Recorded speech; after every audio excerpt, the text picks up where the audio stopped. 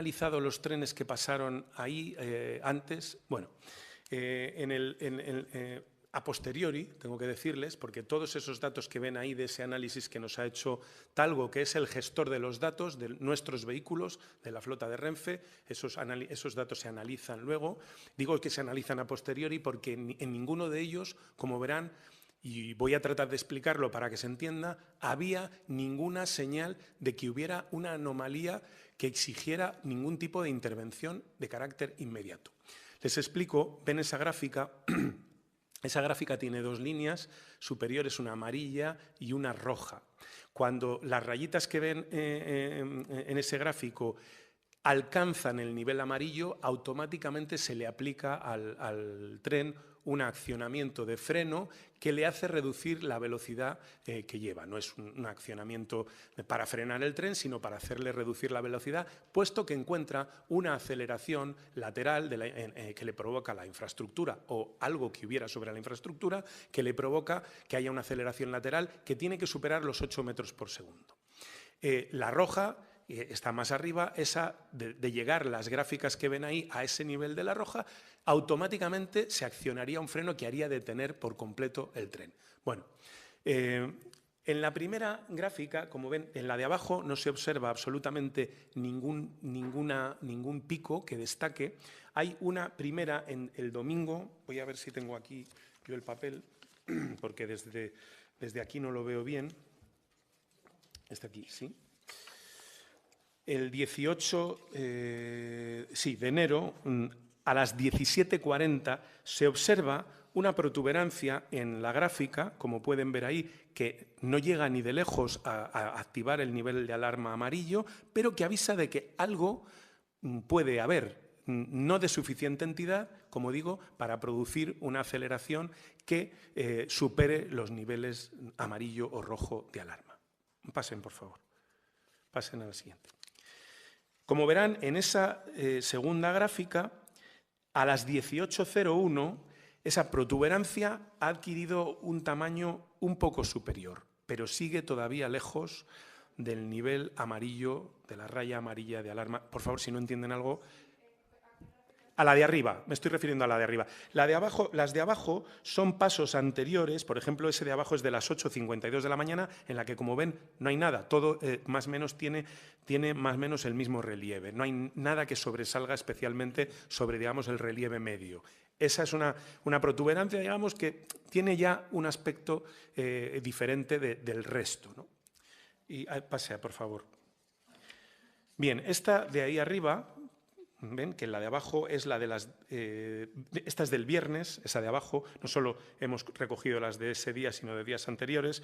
La de arriba es la del día del accidente a las 19:09. Ahí, como pueden ver, el pico de la gráfica es el mayor de todos y es el del último tren, al menos de nuestra flota, que nosotros tengamos testado, que pasó por el tramo del accidente antes de que este se produjera, las 19:09.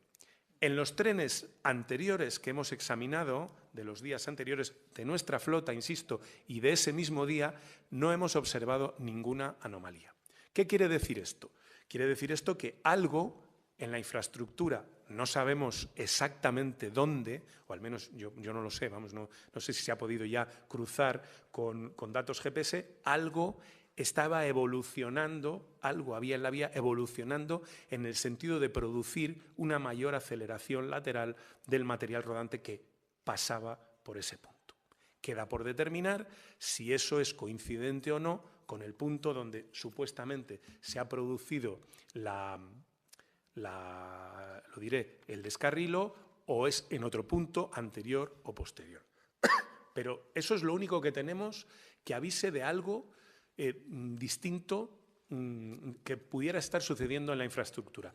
Insisto, y es a posteriori. Todos estos datos solamente producen consecuencias inmediatas si superan los umbrales de seguridad. Si no, luego se examinan y bueno, se toma, si es que hubiera lugar a ello, alguna medida correctora. Pero en este caso, como ven, el último paso de nuestros trenes por ese punto, generó esta información y se produjo a las 7:09 aproximadamente en el caso de Adamuz. No sé si hay alguna más, no sé si de los bogies. Bueno, tema de los bogies, por terminar de aclarar, hemos detectado, como dije el otro día, hace 48 horas, en 2 trenes de los que se han analizado tanto en su medición de las aceleraciones laterales como los bogies, hemos detectado en uno unas marcas similares en 2 o 3 bogies, similares a las que tiene el tren Irio en el lado derecho, y en otro hemos observado una rozadura y una marca que, como les dije el otro día, yo no sé si, yo creo que es similar, pero bueno, los técnicos no lo tienen claro, en un bogie izquierdo. Y nada más. Ninguno de los trenes que pasó ese día y que hemos examinado tiene ningún vestigio, al menos los de nuestra flota. Se preguntarán ustedes, en el informe de la CIAF se hace reseña de que algunos trenes de Irio que pasaron antes sí tenían esas huellas. Eso tiene una explicación.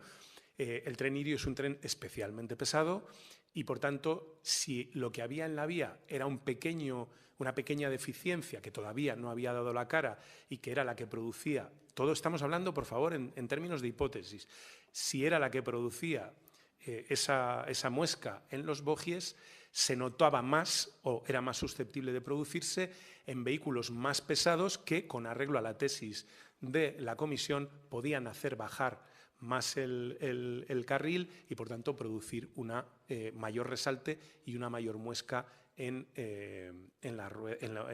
los bogies de cada uno de los trenes que pasaba por ahí.